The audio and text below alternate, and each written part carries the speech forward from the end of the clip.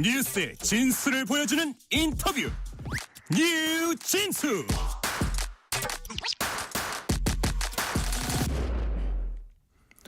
대한민국 핵심 수출 상품 자동차가 트럼프 미국 대통령이 쏘아올린 관세 전쟁 여파로 직격탄을 맞게 됐습니다. 미국이 미국 시각 다음 달 3일부터 수입차에 25% 관세를 부과하기로 했기 때문입니다.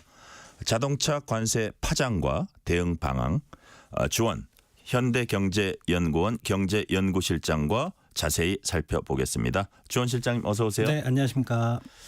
자, 트럼프 미국 대통령이 수입산 자동차 25% 관세 부과하는 내용의 포고령에 서명을 했습니다. 조금 더 구체적으로 이 포고령에 어떤 내용이 담겨 있습니까? 자동차에 관한 이제 관세 인상이고요. 말씀하셨다시피 근거는 미국 무역확장법 232조. 철강이나 알루미늄, 매개 등 똑같은 품목에 대한 관세를 올릴 때는 이제 무역확장법 232조를 뜨는데요. 예. 내용은 4월 3일부터 미국으로 들어오는 모든 자동차, 예를 들어 미국 기업이 바깥에서 생산해서 미국으로 들어오는 것도 있잖아요. 네. 그것도 무조건 관세. 뭐 우리 GM이나 예, 한국에 있는 그렇습니다. GM 공장에 있는 거나. 그게 25%. 예, 그리고 이제 자동차 부품인데 모든 자동차 부품은 아니고 좀 핵심적인 부품, 엔진이라든가 변속기라든가 네. 이런 거에 대해서는 5월 3일부터 관세를 부과할 예정으로. 그게 주된 내용입니다. 아, 그러니까요. 그 부품이 들어올 때도 25%입니까? 네, 맞습니다. 아, 다 일률적으로 25%인데 완제품뿐만이 아니라 부품에 대해서도 25%를 부과하고 온 날짜는 이제 5월 초지만 여튼 예를 들어서 한국 GM처럼 한국에서 만들어서 들어가는 어떻게 보면 미국 차에 대해서도 외국에서 만든 건 무조건 25%. 예외 없습니다. 네. 아, 예외 없다. 자, 트럼프 대통령이 두 번째 임기 시작하는데 품목별로 관세 부과한 건 철강, 알루미늄, 이어서 이제 자동차가 세 번째라고 할 수 있는데 네.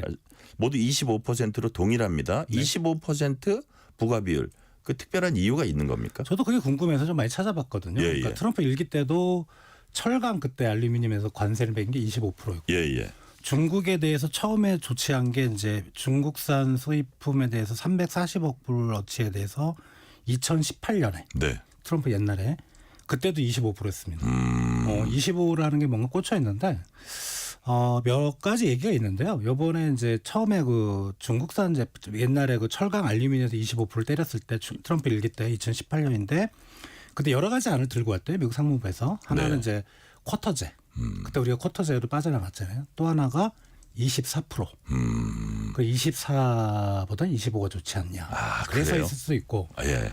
또 하나는 이제 트럼프가 옛날에 부동산 회사를 경영할 때 지금은 이제 미국 미식 축구 리그가 있는데 그때 마이너 리그까지 있었나 봐요. 예, 예. 그 마이너 리그를 인수를 할 정도로 미식 축구 광이었는데 마이너 리그 하는 그 구단에 인수했다 그거를 이거죠. 이제 메이저리그로 올리겠다고 이제 인수를 했는데 구단주가 됐었는데 구단이 아닌 그 협회에 협회요. 운영하는 그런데 이제 미식 축구 광인데 미식 축구가 4쿼터로 돼 있습니다. 예, 예.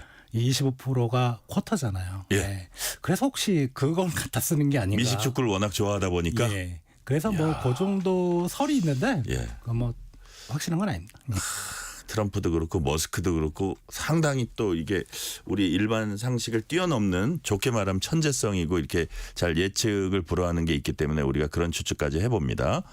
자, 트럼프 대통령은 관세 부과를 통해서 미국 제조업 부흥과 일자리 창출을 꾀하고 있는 걸로 보입니다. 자, 주원 실장님 보시기에 실제로 그 효과가 얼마나 될 거라고 예상을 하세요? 지금 이제 몇 달 안 됐기 때문에 지금 효과는 뭐 우리가 모르겠지만 네네. 트럼프 일기 때만 예를 들어 말씀을 드려볼게요. 예.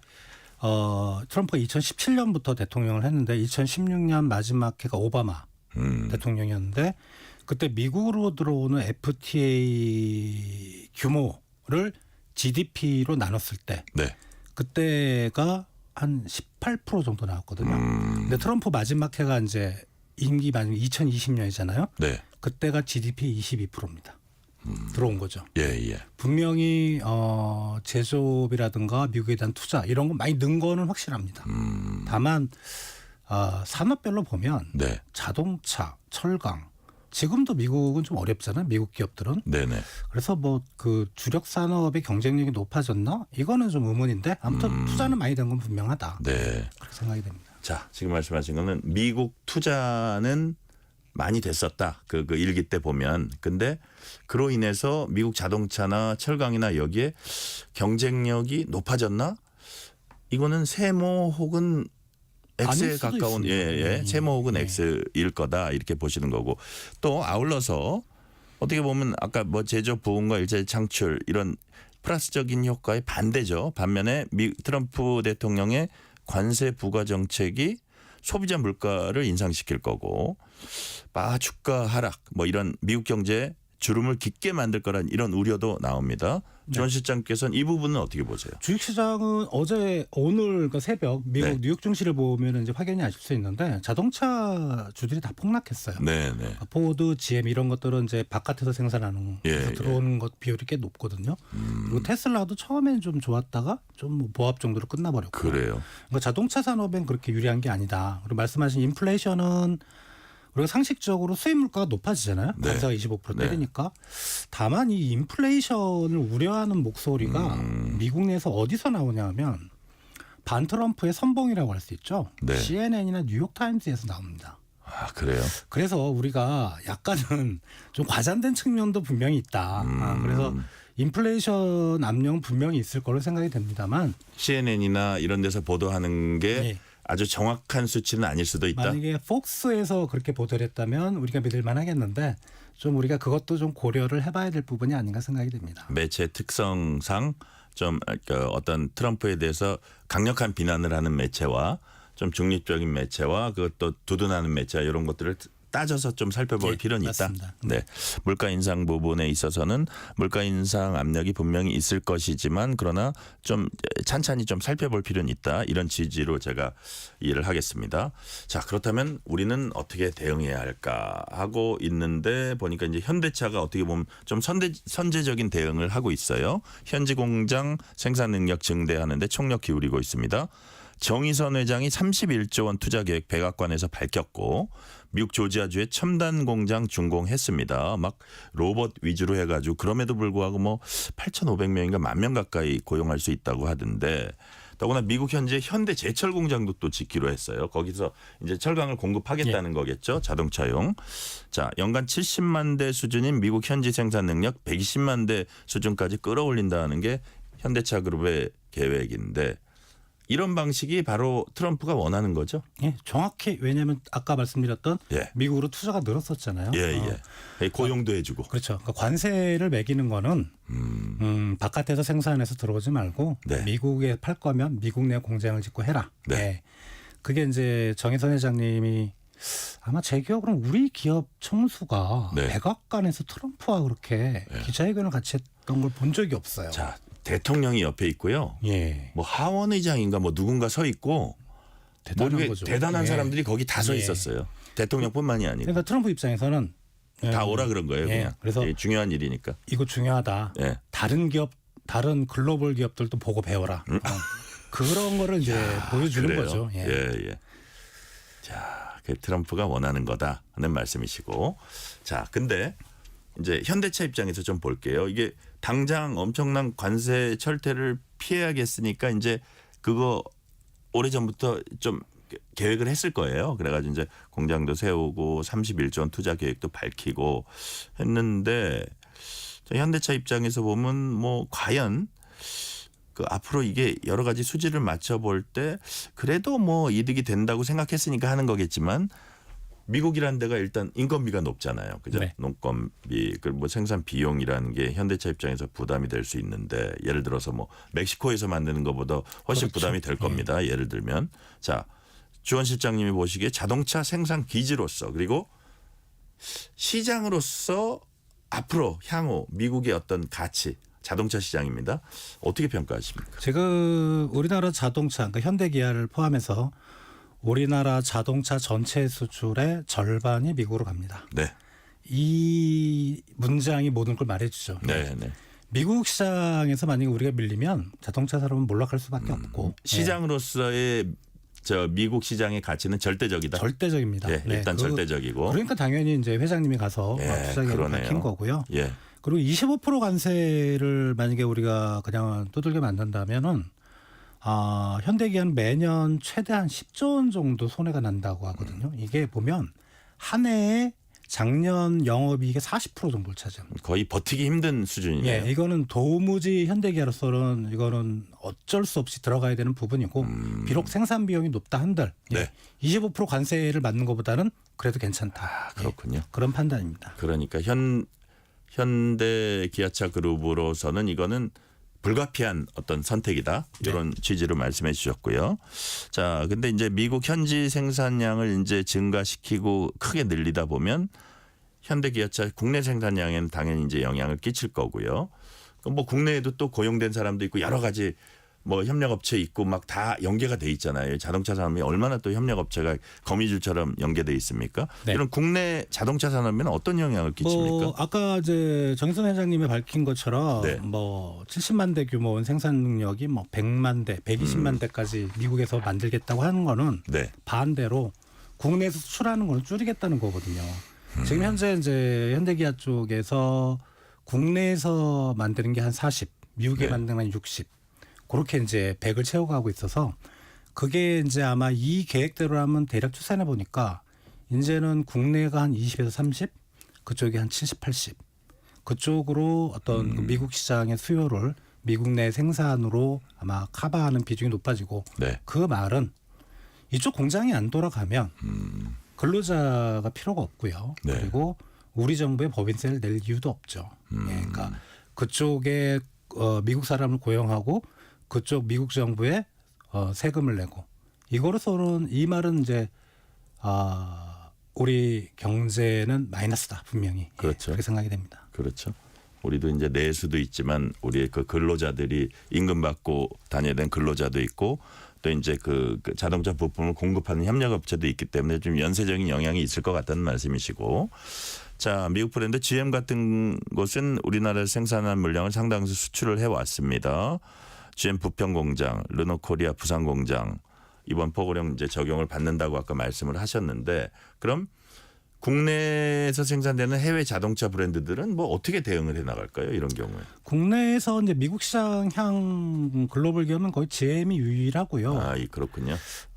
그런데 이제 그 우리나라 현대기아가 미국으로 수출하는 물량 기준으로 대수 기준으로 한 8, 90만 대 되는 걸로 알고 있는데 GM이 미국으로 가는 게 40만 대입니다. 네. 상당히 크죠. 그러네요. 그러니까 GM이 국내 한국 공장 지금 창원하고 부평 공장이 있는데 거기서 생산하는 거에 85%가 미국으로 갑니다. 그럼 지금 어떻게 될까요? 그 40만 대는? 이 숫자로 보면 예. GM은 공장을 철수할 수밖에 없어요. 그죠. 그걸 25% 두드려 맞으면서 들어가지는 않을 거 아니에요. 그리고 이 국내에서 생산돼서 미국으로 하는 그 차급이라고 할까요? 보면은 서민들용이거든요. 네. 좀 저가. 예.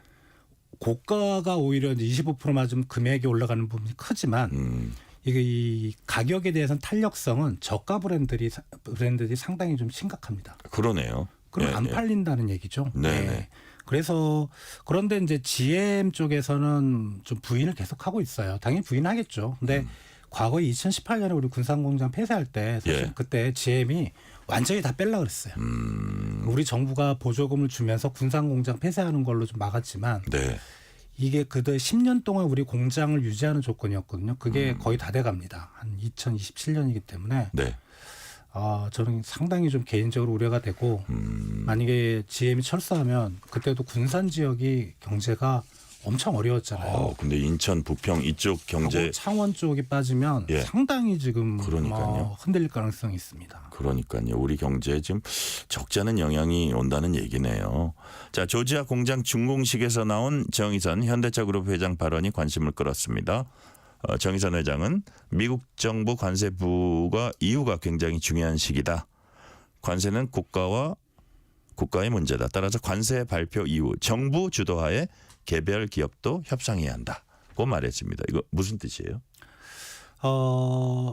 그 이제 정의선 회장님이 트럼프하고 좀 사진 찍고 그리고 조금 있다가 바로 우리 자동차 관세를 유예를 못 받았죠. 네. 사실은 그때 이제 트럼프하고 그때 사진 찍을 때마다 트럼프가 관세도 뭐 어쩌면 뭐 면제해 줄 수 있을 뭐 그런 뉘앙스의 말도 했었는데 이게 이제 좀 약간 뭐 일본도 그런 식이잖아요. 그 총리가 트럼프 대통령 되자마자 쫓아가서 막 화기애애하고 뭐 투구도 선물하고 그랬는데 결국은 철강에서 관세 유예를 못 받았습니다. 네. 지금 트럼프의 품목에 대한 관세 정책의 가장 핵심은 예외가 없다.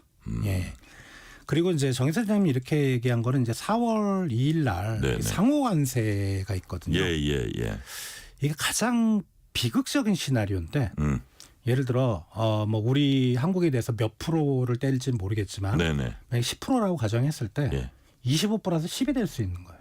와, 35%? 아니면은 뭐 또 하나는 그 아주 긍정적인 거는 자동차나 철강은 이미 때렸으니까 나머지 미국으로 가는 부분에 대해서만 10% 뗄 수 있고. 예. 근데 어느 건지는 규정도 없고 이건 트럼프 마음입니다. 그러니까 상호 관세라는 게 본래 이게 FTA 체결해 가지고 무관세면 무관세가 상호 관세가 아니라 트럼프가 말하는 상호 관세는 이거 본래대로 하면 너희 10%는 먹여야지 이게 서로 그 공평한 거예요. 뭐 이런 개념이잖아요. 그렇죠. 지금. 원칙적인 거는 양국이 똑같은 수입 관세를 하는 그게 게 상호 관세인데 상호관세인데, 예. 트럼프의 머릿속에는 무역 적자를 개선할 수 있는 관세.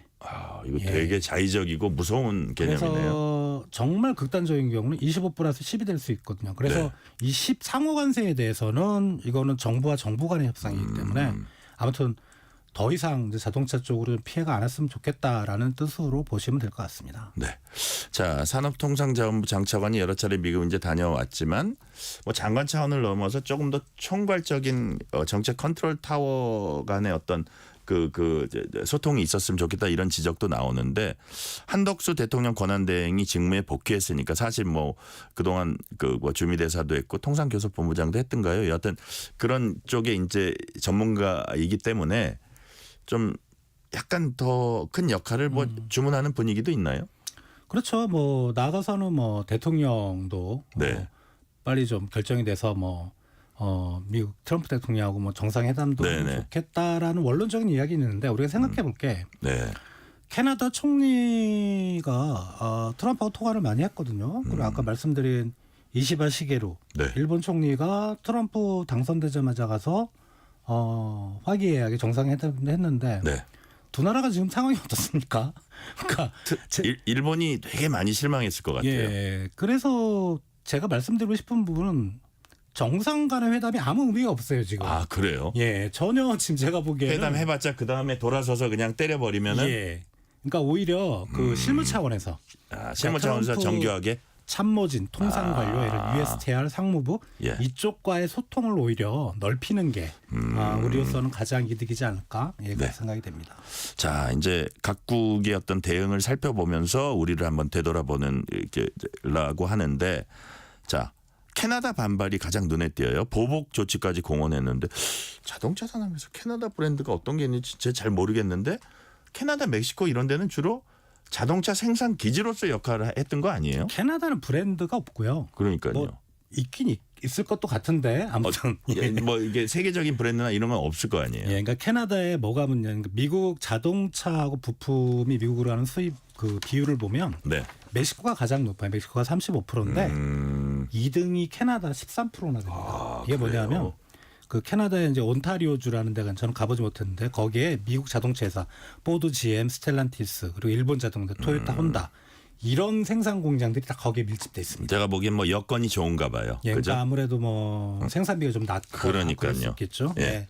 그래서 그 부분에 대해서 이제 캐나다가 상당히 좀 신경을 곤두세우고 있고 오늘 나온 얘기는 캐나다 총리가 그런 얘기까지 했던 것 같아요. 이제 다시는 미국과 캐나다의 관계는 이전으로 상황으로 못 돌아간다. 네. 건너지 그 말아야 될 정도예요? 강을 건넜다.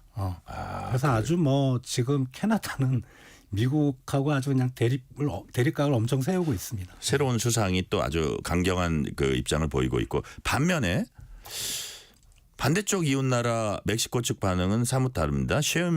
셰인바움 멕시코 대통령 미국과 활발하게 의사소통하는 나라는 멕시코가 유일하다며 관세 우대 조치에 대한 기대감도 나타냈습니다.